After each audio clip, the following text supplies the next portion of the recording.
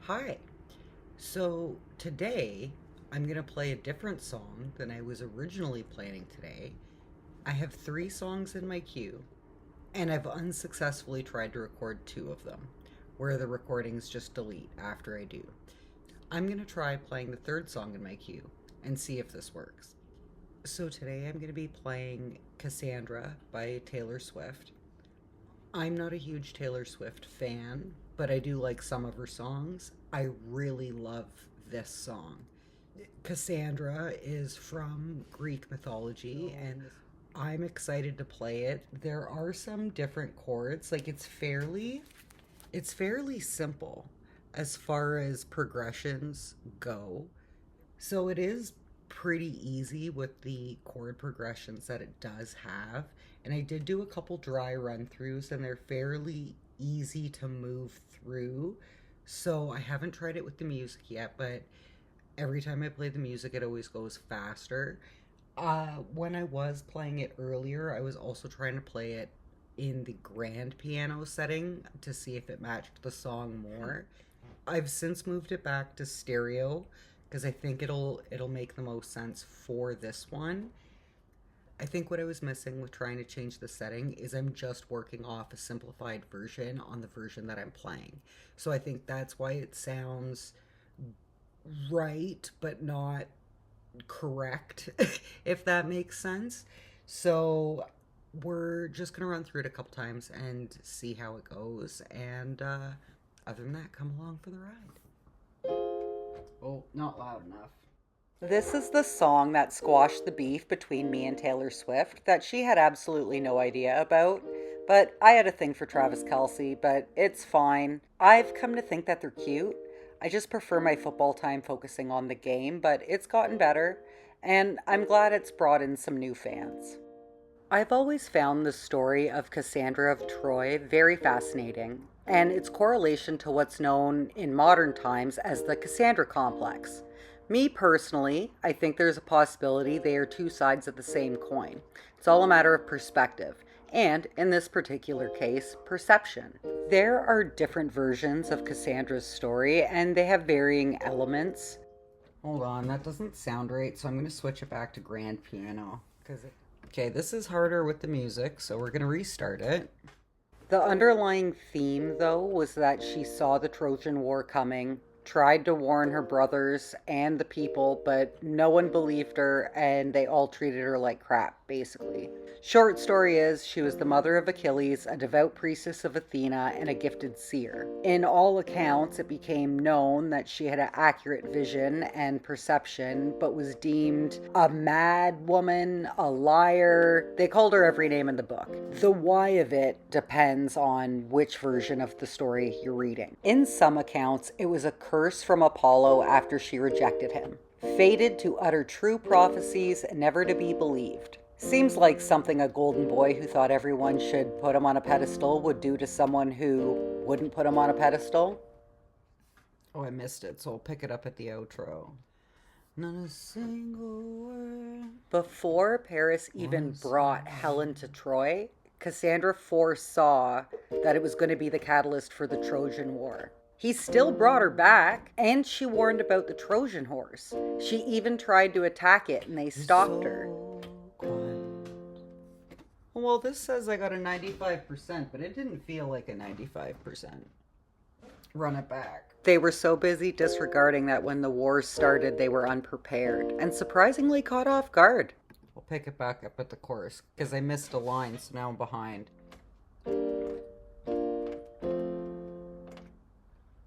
Okay, I'm still behind on that, so I am going to run it back.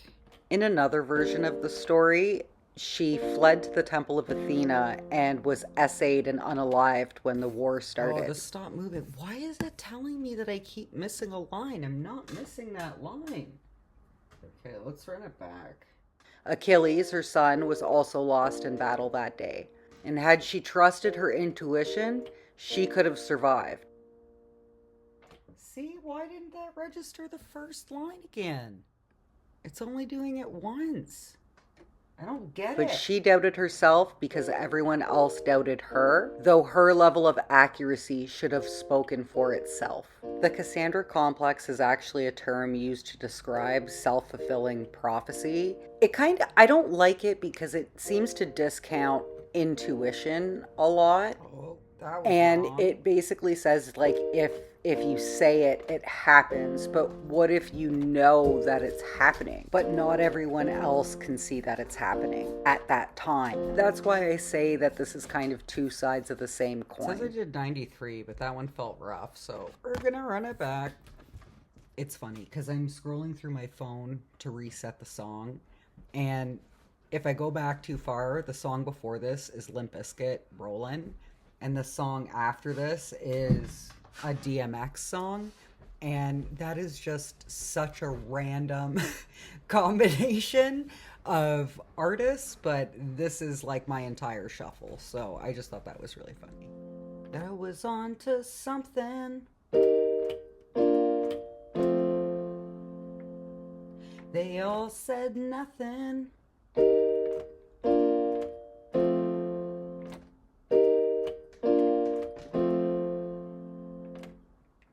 And I said it first in a morning warning. No one heard.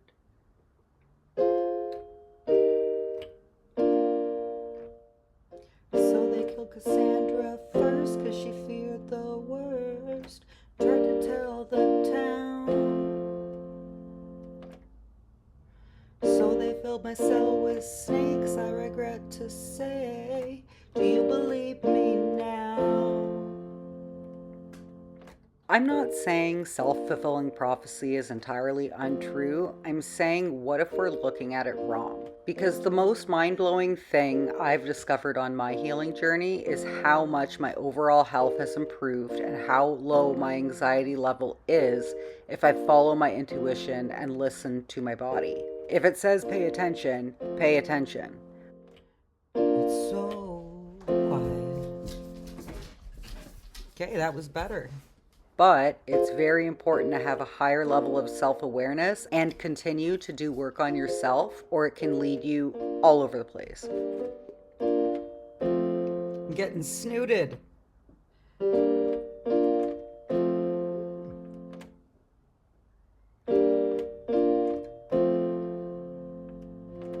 Still stayed on time.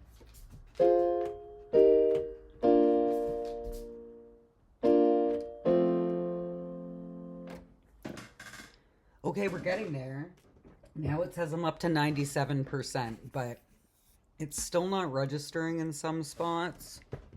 So, not sure what that's about. For example, with an OCD loop, if I'm stuck in my head about something that my mind keeps replaying, as it will, I look at every detail as it's replaying it back. And every time it replays it back, I look at a different detail. Well, and then I ask myself, what bothers me about what's happening here? Oh, I've been playing that wrong. Okay, hold on. What is it that's out of place that would warrant the reaction that I'm having? No, this isn't counting it properly. Asking myself questions like these has helped me manage much better. They say what doesn't kill you makes you aware. What happens when it becomes who you are? So they killed Cassandra first because she feared the worst and tried to tell the town. So they set my life in flames, I regret to say. Do you believe me now? Oops. Oh no, I got it right. I was pretty perceptive to begin with, but there is an additional exhausting level of hyper awareness now with the PTSD. That I was on to something. Especially when a lot of people around you have never seen that side of the world and want to pretend it doesn't exist. The ugliest faces of it, the supposedly unfixable parts. What do they do when they don't want to see it? Say it's not that bad. But because you see that it is, now you feel responsible for protecting everyone who can't. There is a reason why they say ignorance is bliss. Sometimes when you've seen it, you want to make sure other people don't have to. But again, maybe that's just my approach.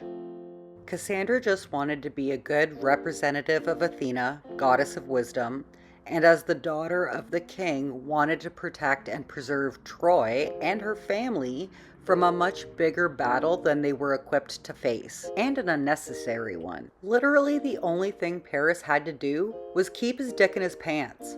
Cassandra tried to hold him accountable, especially because she warned him before he even brought Helen back. Paris put everybody in jeopardy, and none of them made it out of battle, though he too was the son of a king and should have held some sort of responsibility. Cassandra also warned them that the Trojan horse was a trap and not to open it, while they were all convinced it was a peace offering. Basically, they told her she was a Debbie Downer for it, encouraged everyone to gather around to see what was inside. They even prevented her from destroying the horse herself. They didn't think twice and basically led the lambs into the onslaught. Perception is also an underlying theme in Cassandra's story. Everyone heard she was mad and treated her as such. The Trojans were more trusting of a foreign gift when they knew there was possibility of a war than they were by the increasing concerns raised by one of their own. She was locked away in a tower and no one wanted to be known to associate with a crazy woman. In one version of the story, she had a twin that she would tell because he was better received. I think it's important to note here that neither Cassandra's nor the Trojans' level of perceptions were wrong here. I just think there needed to be further exploration. What if, instead of being scared of what she had or what she was saying, it was embraced? Could it have made a legitimate difference in the outcome? I'm not sure if it's just that they didn't know how she would know, especially if she had been shunned by the sun god himself, or if it was based on where she was in the hierarchy within Troy's own monarchy. Oh, that was the wrong note. That was definitely the wrong note. Okay, we're gonna do it one more time. Either way, when I reflect on this story, I wonder if Troy could have withstood the battle, regardless of how the battle started, had one of the other monarchs considered any of Cassandra's claims through a lens of potential validity. Perception is a funny thing because now it can be so easily manipulated. And that's why it's important to have a good one of yourself and be confident in who you are. Reminder that Cassandra was a princess and the people still didn't believe her because not even her family would back her up. They were worried because she seemed to have more insight into what was going on with the kingdom than the king himself did. And no one believed why she wouldn't want to marry Apollo, so she must be insane. Personally, I think it had more to do with the Trojans' unwillingness to admit to the kingdom that there may be areas of unaccounted for weakness in the infrastructure of Troy as a whole. But I mean, it's a story as old as time. Just lock her in a tower and call her crazy. If Troy would have won, I bet Paris would have taken the credit. And Apollo would have been like, yeah, that's my dude. Doesn't matter if it's lies when the bros are ride or die, right? The way I see it, calling someone crazy is like picking low-hanging fruit. Although it can be true, there are just as many people deemed crazy for seeing right through or telling the truth about situations or people. This is often how power gets abused by those who have it, but also have a lot to lose because they did a bunch of fucked shit and someone knows. I think more accurately, it happens when someone wants to make sure another person won't be believed because there's really no better way to do it. Cassandra was shunned for trying to help guide the Trojans to safety, while they embraced those who actively started or contributed to the war to begin with. Failure to consider both perspectives resulted in the downfall of the whole kingdom. So maybe it's important to get to know people, and even if they're not your kind of person, still doesn't make them crazy. And if someone is saying that about another person, maybe it's worth seeing what that person has to say. But hey, what do I know? Can only speak to the view from my tower. Okay. Well, that was a pretty good run through. So I'm pretty happy with that and the progress that I made tonight. It is fairly easy to play, but I like how it turned out and I think it was a successful completion. So thank you for joining me. Until next time, keep the peace and keep rocking on.